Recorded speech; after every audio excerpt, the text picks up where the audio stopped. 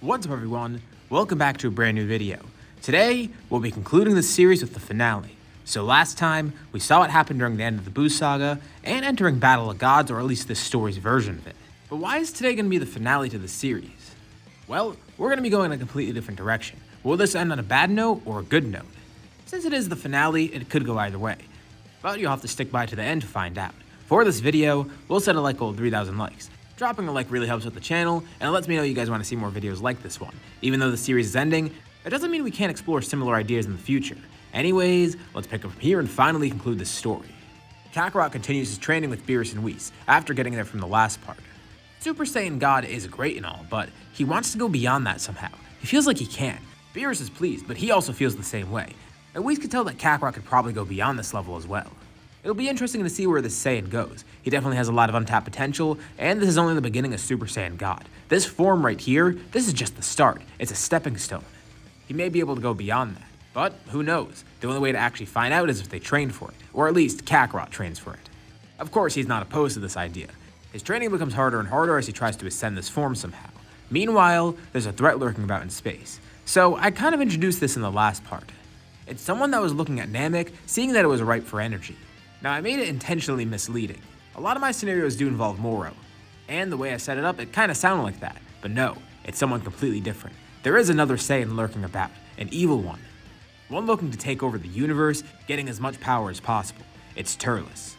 He's been looking around, trying to find more places to plant the Tree of Might. He already has gone to a couple planets, and he's gone completely unnoticed because there's not too many strong people in Universe 7.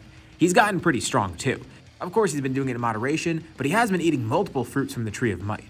And unbeknownst to everyone else, he's one of the strongest beings in the universe right now. In terms of mortals, the only one who could probably counter him is Kakarot, and even then, there's no telling what would happen.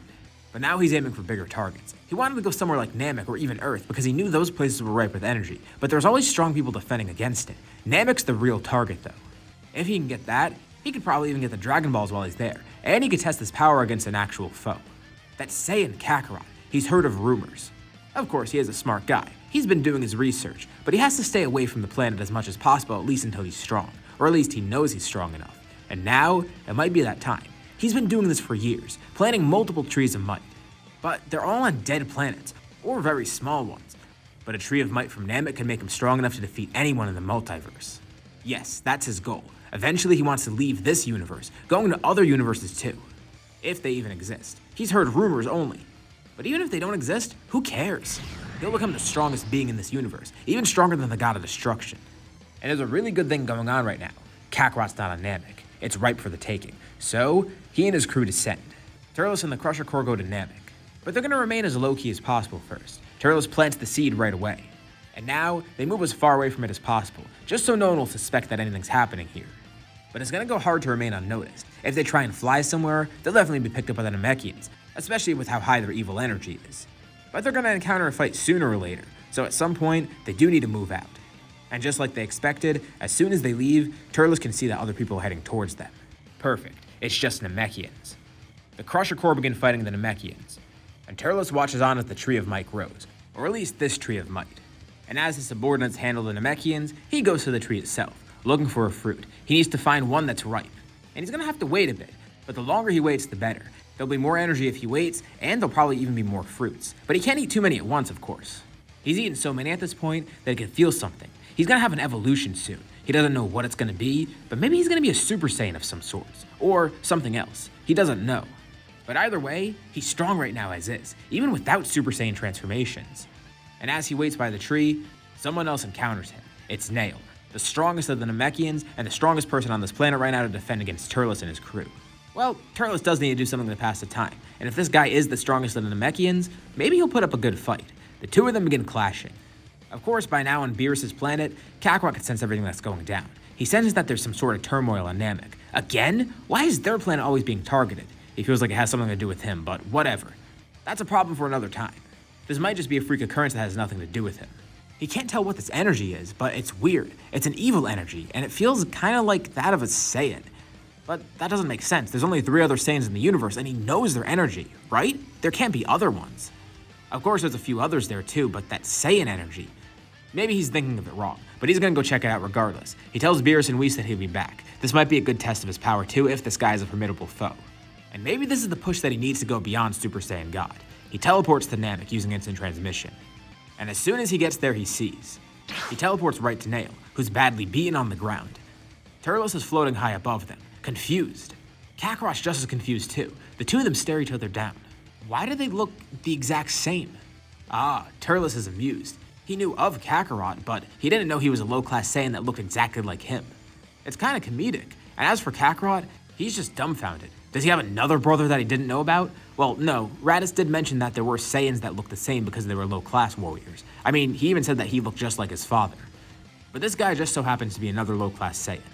But that doesn't explain his energy. If he's just a low-class Saiyan, first of all, how did he survive? How did he get out here? But also, why is he so powerful? Kakarot's about to attack, but before he does, Turles eats the fruit. Or at least takes a bite out of it. The energy from this fruit is so much greater than any of the other ones he's had before. He's regularly dying on the fruit of the Tree of Might. But this one, this is the finest specimen he's ever encountered. Immediately he feels power coursing through him, and Kakarot knows he can't hesitate anymore. He attacks, but Turles powers up, even bulking up considerably. He tells Kakarot what perfect timing. This is just what he needed, someone to test out this power against. And he's elated to test his power out against a Super Saiyan. It's so funny too. This is a form of legend, and he's going to be able to actually beat it. Kakarot can tell quickly. This guy is stronger than a Super Saiyan. So, he goes into Super Saiyan 2. But even that is not enough. Turles is able to contend with it. What is this power that this guy has? And Turles is equally amazed.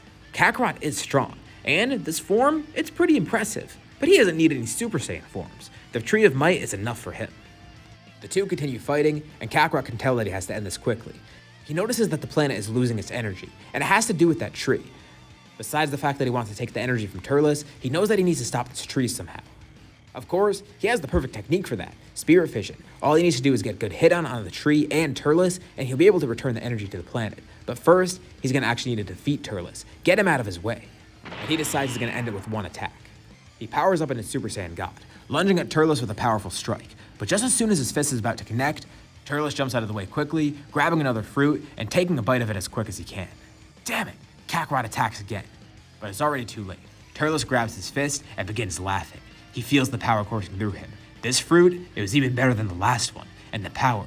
He knew he was on the cusp of something great, and now he's finally going to access it. But what is that power that he was seeking? It looks like he's going to find out, and Kakarot is too. He begins powering up. An evil red aura surrounds him, and his hair, it begins growing longer, as Turles also grows in size. What is this? This isn't a Super Saiyan form.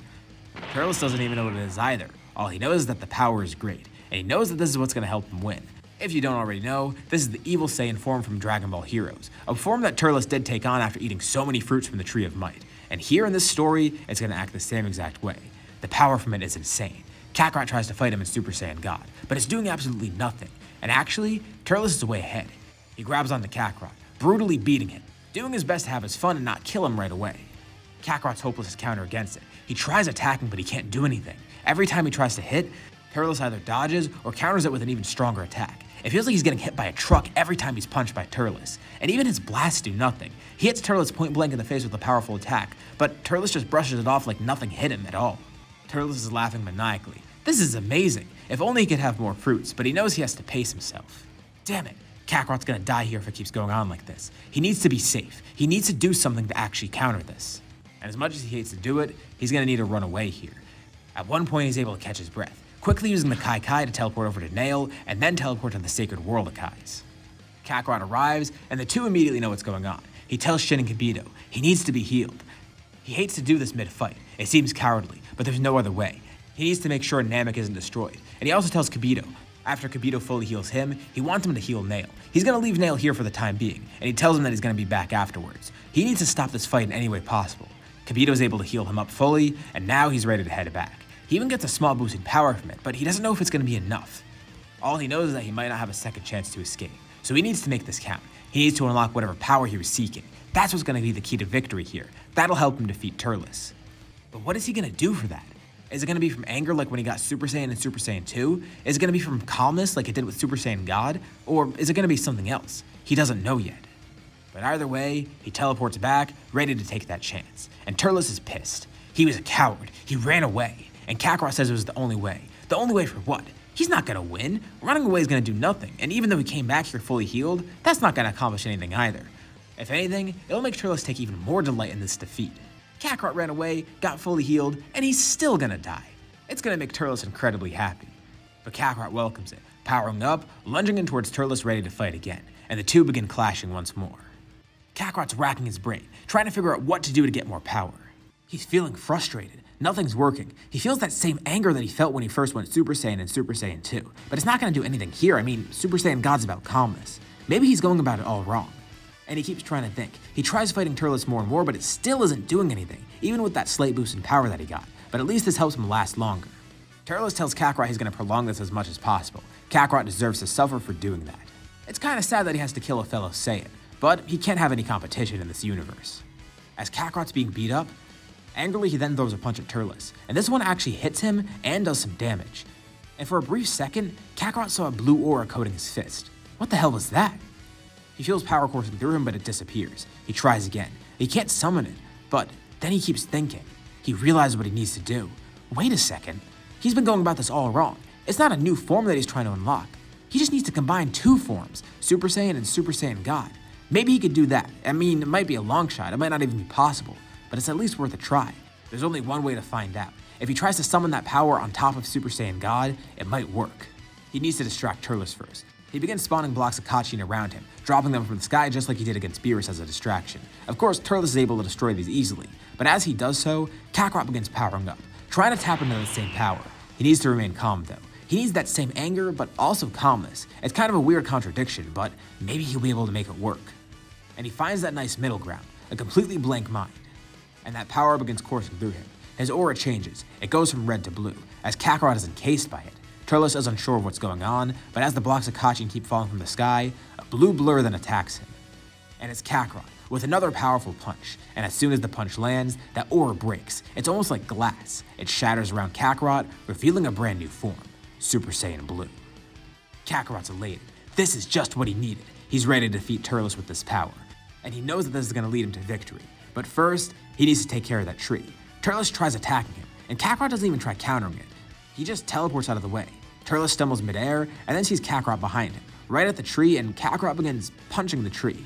Why is he attacking the tree? What's that gonna do? But Turles looks on. The tree begins shrinking. The fruits on it, they begin disappearing. Turles tries to grab the fruits before they disappear, but they're already gone, sucked back into the tree as the tree begins shrinking. Before he can even ask Kakarot what he's doing, he's then hit in the face by another punch. Kakarot begins rapidly punching Turles, just like he was doing to the tree. He was already able to drain some energy from the tree, and now he needs to do that to Turles. And Turles sees what's happening. He's somehow stealing the energy that he stole. That's supposed to be his. He rightfully took it from Namek, and he doesn't want Kakarot to take it back. He tries fighting as much as possible, but Kakarot is too far ahead of him now, and he's been weakened to a point where he even returned to his base form. How is this possible? He was just ahead by so much too, but now he can't do anything. And Kakarot knows what he must do. He can't hesitate. He needs to end this now while he's ahead. He doesn't want Turles to pull another trick again. So he then teleports right in front of Turles, throwing a punch, but feinting it, and then teleporting right behind Turles. Turles turns around, seeing Kakarot's hand in his face, immediately followed by a blinding flash of light. With one single attack, Kakarot eviscerates him, killing the evil Saiyan. The entire planet begins glowing as the energy is returned. The tree shrinks even more and more, and Kakarot punches it more as well to speed up the process. Spirit Fission was great here. It was the perfect match against Turles. And he's glad that he was able to reverse the effects of this, not only defeating this enemy and getting a great fight while he was at it, but also being able to defend this planet. Beerus and Whis watch on too, impressed, as are Shin and Kibito. They knew Kakarot definitely had it in him. Nail's watching on too from the Sacred World of Kais. Once again, Kakarot found a new way to impress him. Who would have thought that he would have turned out like this? A godly figure with such great power. One training under the Supreme Kais, a god of destruction and an angel. Making so many friends along the way, not just on Namek, but on Earth, with other Saiyans, going to places like Yardrad. It only reminds Nail of how amazing his student is. No, that's not even the proper word. Kakarot is his son. Adopted or whatever, that's what he is. He's family. Regardless of who his actual parents are and that he is a Saiyan, Kakarot's a Namekian just like all the others. And it makes Nail wonder, what if he never ended up on this planet? What if he ended up somewhere like Earth or something? That would be kind of crazy. All he knows is he's glad that it turned out this way. And after all that fighting, Kakarot needs to show off this power to someone. Of course, he shows it off to Beerus, Whis, Nail, Shin, Kibito, all the people that he can think of. but he knows exactly who he needs to show it to next. Raditz would be impressed by this. He goes out to find his brother. And it turns out now, Raditz is actually commanding Vegeta and Nappa. It's a weird twist of fate, but they're working alongside him, also trying to learn Super Saiyan 2 while they're at it. Raditz is their leader now. They never would have expected this. And Kakarot simply asked them, do they want to have a fight for old time's sake? No high stakes, no nothing, just for fun. And they're all thinking the exact same thing. As the four of them prepare for their fight, this is where we'll end off this series. So, what did you guys think about this part in the series as a whole? Leave any thoughts in the comments below. I'd love to see what you guys think, and hopefully you enjoyed watching the series as much as I enjoyed covering it. And if you liked the video, be sure to drop a like. It lets me know that you like more series like this, and it also really helps out the channel.